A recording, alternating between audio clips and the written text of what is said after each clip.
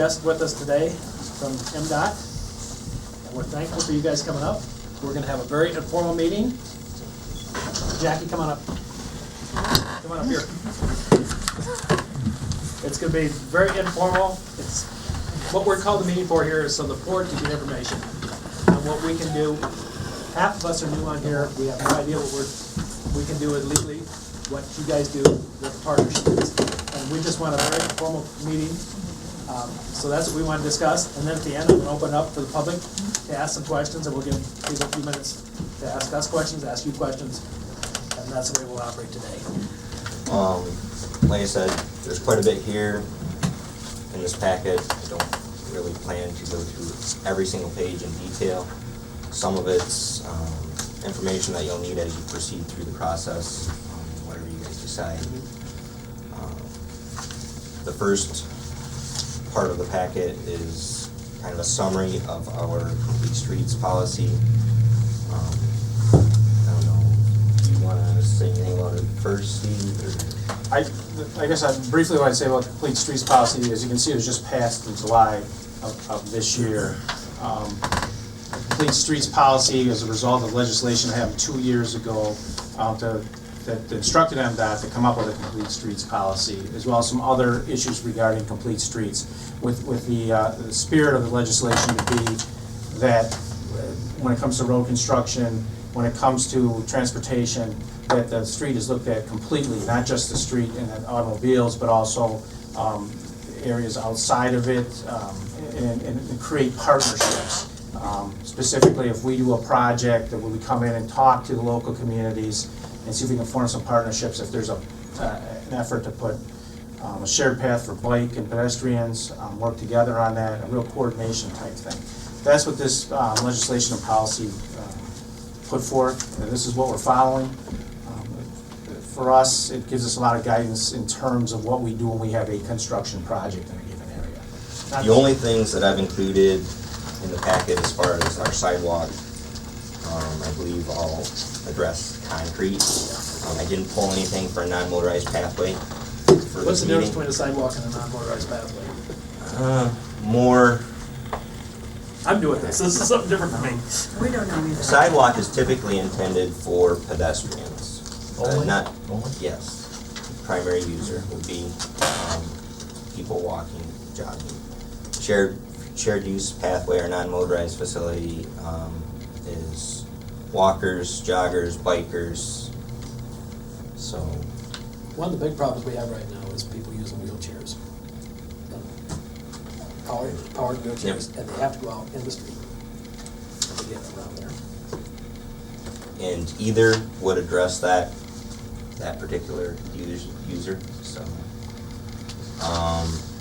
the reason that shared use pathways are wider is because you have the potential for having bicyclists and joggers and walkers all using it at the same time.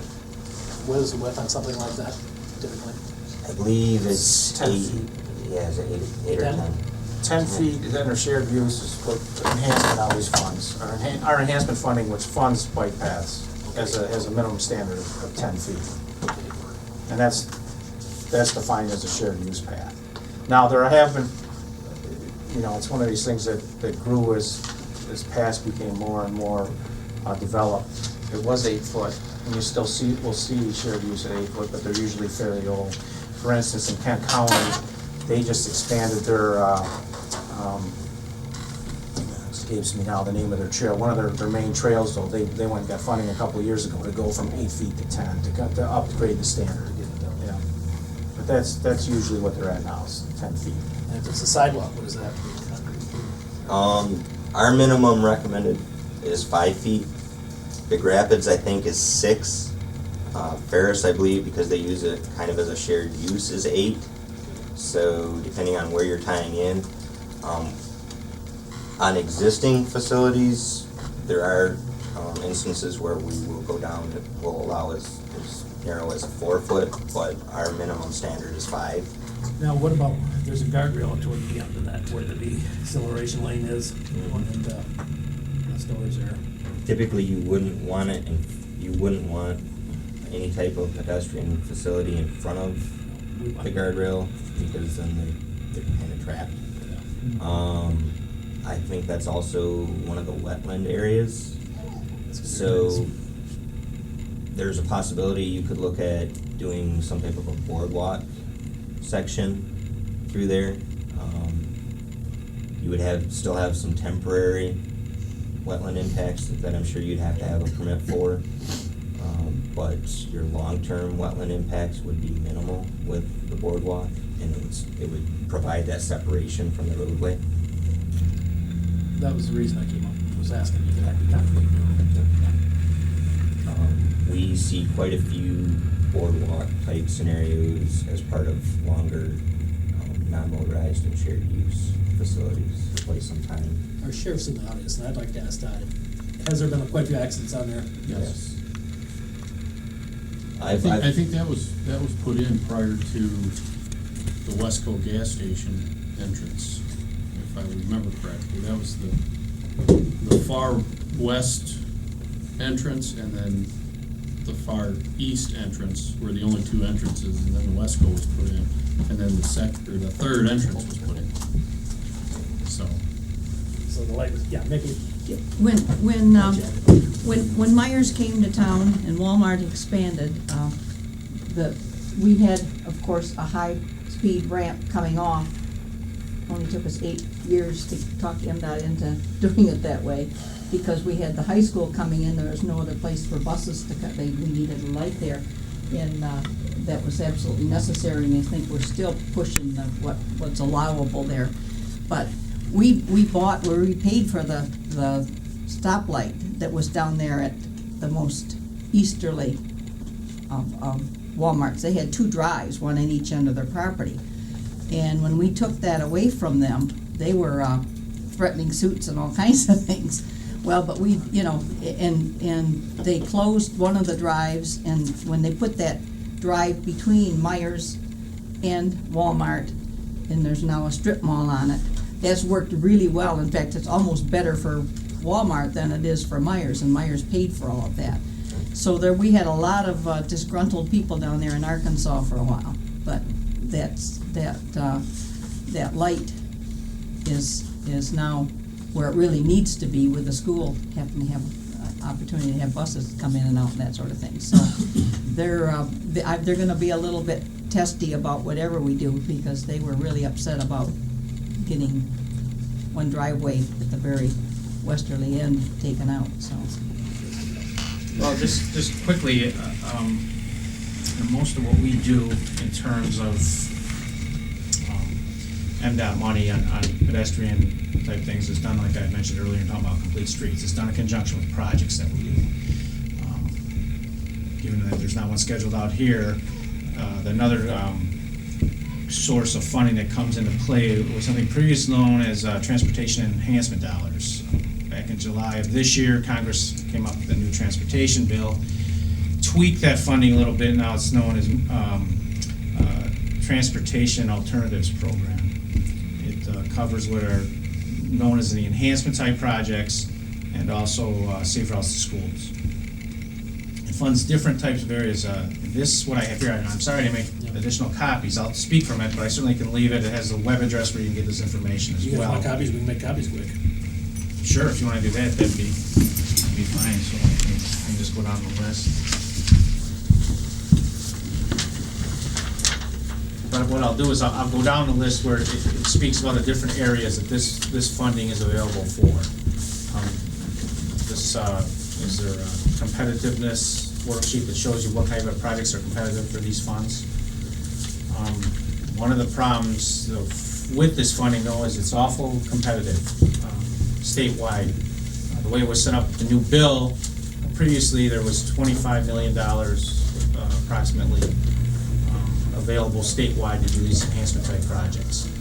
What Congress changed this time around is that some of the funding is now targeted towards what are called metropolitan planning organizations areas. And those are the urban areas through the state: Grand Rapids, Detroit, Holland, Muskegon, those type of areas. So they took a chunk of it. So now the total funding statewide, where agencies such as yourself would be eligible, is the total amount statewide is $16 million. So you've got a $9 million reduction So it's, like I said, it's a competitive, really competitive type funding source. Like one of the things they've had to do, and you'll see it on that sheet, is that the funding for it, you have to match. The minimum amount of match you come up with is 20% of a given project. It's become so competitive that now they're asking your project is looked upon more favorably if you go over 40% of the funding of a given project. So the action that Congress took with the new transportation bill certainly has affected this fund. This is the Michigan Transportation Alternatives Program. This is competitiveness and eligibility details. The first thing it talks about is facilities for pedestrians and bicycles. This obviously is what you're probably most interested in. They must connect and develop documented regional or statewide non-motorized transportation networks. One of the reasons that Bart brought up bringing up the sidewalk or the pedestrian shared use path, or whatever you want to call it, farther west, is that you could obviously contend that you were making a connection at the light over to the road that leads to the high school. That's more of a connection, that's more of the things that they're looking for.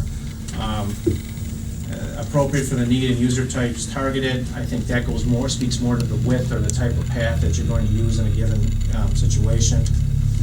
Benefits state tourism or economic development initiatives. It's locally significant, creates a strong transportation network, or involves planning or efforts to serve connectors to a regional trail system is really what it's after there. Addresses documented safety deficiencies. Obviously, that's something we might want to take a closer look at. Part of the new bill also created a category called safe routes for non-drivers. And this includes children, older adults, or individuals with disabilities to have better access to their daily needs. So that obviously is maybe an avenue we could look at. You did mention that there were some people who certainly are facing some challenges because of disabilities in addressing their mobility. Potentially that is something that could be looked at under this grant. The other thing that Bart mentioned was a streetscape. I think you talked more about that on the south side of the road by Ferris. Traditionally with streetscapes, sidewalks are part of them. It's usually a streetscape. In fact, we funded one in downtown Grand Rapids, Big Rapids, that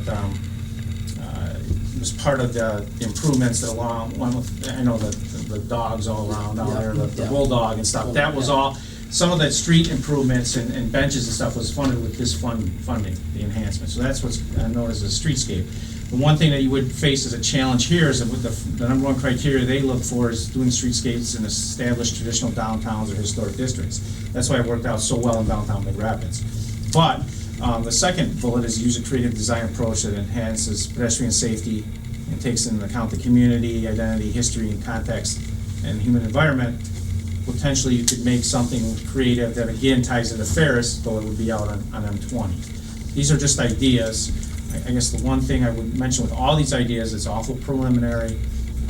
We have to go more in depth to what kind of concept you were looking at, and then we would bring people from the program staff for this program would be involved, and we'd start talking about eligibility and talking about how competitive this type of project would be. But really my aim here is to just give you this background that there is potential for funding, but there are barriers, and there's no guarantees. The other thing I would say about this, though, is if we really wanted to move forward and have some more serious conversation about what you'd be interested in funding, you'd have to, where would you come up with the local funding? Because you still would have to meet that match requirement. As I said, 20 minimal, you score much better if the match is more towards 40. So you have to start looking at what your potential costs would be, where your funding sources locally would be, how your project would meet some of this criteria here. Yes, it's been my observation that if you're going to go for a grant like this, that it's got to be a regionally planned project. Like you said, there's got to be connectivity to a lot of things in order for MDOT to say, look, this is something we're really interested in funding. And I'm not sure that if that's in place or not, but that would take some broad planning for the community. We're gonna have to work overall. with the city, the Ferris, and county. Yep. And There's then gonna be a lot of, we're gonna have to network on this. you'd have to network on that to make it attractive enough to make MDOT want to score this high enough to get funding. And on that side, if you look at total dollars involved, the project will grow. in order to make it attractive to MDOT. So if you look at a project that grew, and then you're 40% of that, you might end up spending a whole lot more money to gain any state monies to fund a project that you want to accomplish. And that's something that the township, seriously. you're just gonna have to be cautious about if you head down that path of wanting to make a project fit the framework of this. Is that fair? No, I think it's real fair, and, you know, it's federal funding, so there's a lot of hoops and things and barriers that come along with that. I won't necessarily say barriers, but it's harder with federal dollars. There's more things that you have to do to achieve those, and in some cases drives the cost of the project up. So, I guess our process, if you did all your planning up front, you're still looking at probably a year. By the time your application gets put in, a year from when your application gets put in to meet all those. And I'm sure you're familiar with working with local agency programs, you know, all the steps that take place in order to get a project from beginning to end. The last page is basically a summary of the speed study process that MDOT and MSP go through. First step is to receive formal request from the local municipality. Given the area that was requested, we needed resolution from both the city and the township. We received both of those the beginning of November. We reviewed an existing speed study drawing and marked it up and sent that over to Lansing to their area for review on the 13th of November. The next step is that the Lansing office works with our planning area to do the actual data collection, and that request was passed on to planning on the 15th of November, and that's currently where we're at, is in the data collection stage.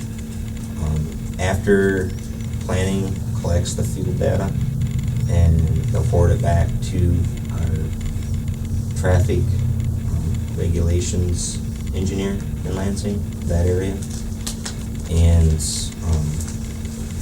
they'll enter all that data on the speed study drawing and forward a copy of the drawing to the TSC office, which is where I work, the Grand Rapids TSC office, and to Michigan State Police for review. And then we will meet with MSP to go over that information, conduct a field visit, and have a joint decision based on what the data shows. We would be the ones that notify you guys of the outcome. The one other thing to note is that our traffic and safety engineer and technician have been working with MSP. I believe, I may be wrong on the name, Lieutenant Maggie, on setting up kind of an educational session for not only Big Rapids Township, but other local municipalities, the city, other townships, the county. We're hoping to hold it at Ferris, and I know we've reached out and we're waiting to hear back in early to mid-December. Is there anything else we need these fellows for? I think they've done a good job explaining everything. It's been very helpful. Very helpful. And I'm sure we'll be in contact with you about more, but no, this is what we need when we get started, so we didn't have an idea what's, you know, what possibilities there are, what. And you guys have my contact information, I believe, and I know Mike knows how to get a hold of me. So